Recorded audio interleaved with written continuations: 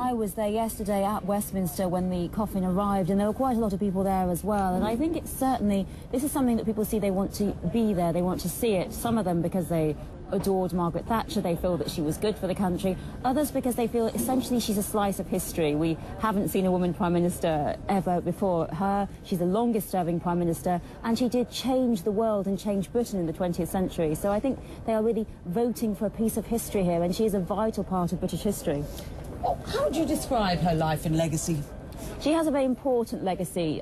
Mrs. Thatcher essentially changed the country. When she came into power, it was a very traditional economy, a very male-led, masculine, traditional economy, the mines, the docks. By the end of her rule in power, it was much more about share ownership, it was about the economy, it was about the actual capitalist system, it was about the house prices, it was about shares, it was about the stock market. It was a very different type of financial world. Money was coming from finances, from the service industry, and that was a very painful and difficult shift for many people in the country, although many people felt it was something that was great for Britain. And I think almost to find someone who had the amount of kind of divisive effect, loved and hated in equal measure, we would have to go back to Henry VIII and his great religious changes, moving the country from Catholicism to Protestantism. It was something that many people loved and many people really reviled. And I think certainly in the case of Mrs. Thatcher, she's someone who polarises opinions even now, and we've seen that with responses to the funeral. But certainly when she's clearly been very important in planning the funeral. A lot of the plans for the funeral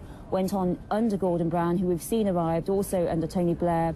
And it was very important, I think, to them to commemorate her as a political leader, as someone. This is a funeral that suggests two things. Number one, I am politically important, and number two, I am a war leader. We are surrounded here by members of the armed forces.